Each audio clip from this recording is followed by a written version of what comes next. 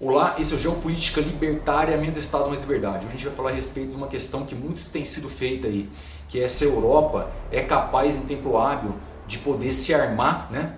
De construir uma indústria bélica, se armar e modificar os seus exércitos para atender uma realidade que tem sido imposta cada vez mais intensa, que é o anseio do Vladimir Putin com a sua política expansionista e a apatia do Donald Trump com relação à política externa de defesa da Europa. Então vamos tentar responder essa pergunta aí.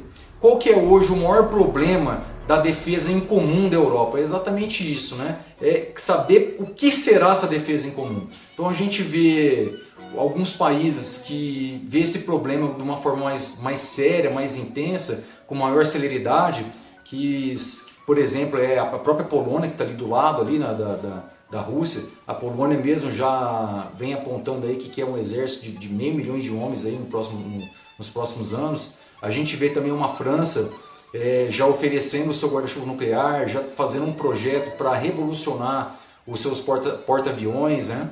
A gente vê até uma Inglaterra querendo aumentar também o seu orçamento de defesa de uma maneira considerável, mas ao mesmo tempo a gente vê outros países ali importantes ali do cenário europeu que não tem a mesma intensidade, não tem a mesma pressa, né, com relação a essa questão. A própria Itália, você vê a Itália bastante apática, a Espanha também bem reticente. A gente vê assim uma Alemanha que é, sabe, meio em cima do muro, que aponta, que quer fazer, mas não faz ainda, até agora não fez uma política contundente, assim como a Polônia tem feito, como a França tem feito, e tão quanto também a Inglaterra. Outro problema também, então assim, fora saber para onde quer ir, né? E tudo isso que eu estou falando está diretamente relacionado a ter uma bússola, né? Uma direção, um direcionamento em comum para saber o que essa União Europeia quer com relação à sua própria defesa, qual que são as necessidades, né? Qual que são os anseios, qual que é o maior problema em comum que esses países juntos conseguem determinar. Então esse é uma das dificuldades. Lembrando que a Inglaterra não está mais na União Europeia, mas ela está ali dentro desse contexto, ela não pode simplesmente virar as costas e fingir, desprezar que esse problema não é dela. E é sim, esse problema é dela e é um problema muito sério, tanto que a Inglaterra está tentando encabeçar e assumir o protagonismo também dessa política de militarização e desenvolvimento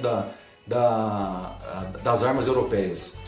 Outro problema bastante sério também desse projeto aí é a falta de concatenação da indústria militar europeia. Então, assim, vou fazer aqui uma comparação. Enquanto os Estados Unidos, né, ela foca no seu tanque Abrams ali, na Europa a gente tem, dentre outros, né, a gente tem 7 principais, são 7 tanques principais, tanques de guerra principais que estão dentro ali da indústria de defesa europeia, de 7 nacionalidades diferentes. O que isso nos mostra? Que esses países, eles tentam favorecer muito a sua indústria nacional. Então isso divide, né, a produção não fica uma produção de larga escala, e ao mesmo tempo ela também perde muito no que tange a desenvolver uma arma de melhor qualidade, porque ela não tem uma concatenação entre essas indústrias, não tem um alinhamento. Então são produtos que são bons, mas poderiam, se fossem, né, tivesse um sistema concatenado, integrado, seria bem melhor. Então esse também é um grande desafio para a indústria militar europeia. Outro desafio também, bastante importante, bastante apontado aí pelos especialistas, é a falta de tecnologia dessa indústria de defesa. Então, ela, se for comparado com o resto do mundo, é lógico que é uma indústria de defesa bélica que tem uma certa tecnologia, mas ainda para fazer frente a esse desafio ainda está faltando, né?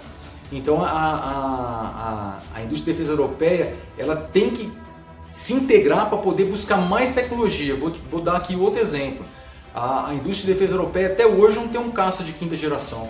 A gente vê até uma Turquia tentando buscar um caça de 5ª geração, o Japão já anunciando, a China anunciando, a Rússia, e a União Europeia sem menção ainda de um caça, ou quando faz menção é uma coisa ainda muito singela, muito incipiente no que tange a desenvolver um caça de 5ª geração.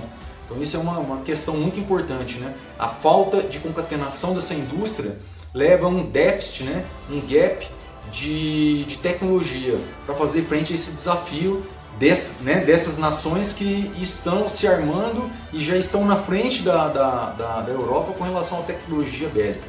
Então tem um projeto lá de iniciativa francesa para poder solucionar esses 3 problemas, né?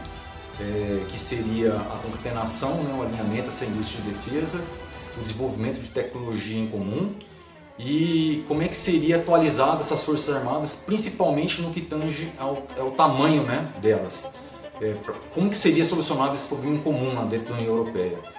E também estão se perguntando bastante como a Europa enxerga o tempo, né? O que está sendo determinante para a Europa estabelecer o que seria um marco temporal, né, suficiente. Então eles estão de olho em 3 coisas ali, principalmente no governo do Donald Trump, então esses 3 anos e meio é um prazo bem importante, né, que por enquanto eles sabem que o Donald Trump vai estar no poder. Outra coisa é a idade do Putin, né? O Putin está com 72 anos, então teoricamente ele tem mais um tempo de vida aí. E outra coisa seria a duração da guerra da Ucrânia. Então, muitos líderes europeus já estão enxergando que a guerra da Ucrânia seria uma forma de atrasar um pouco esse anseio expansionista do Vladimir Putin.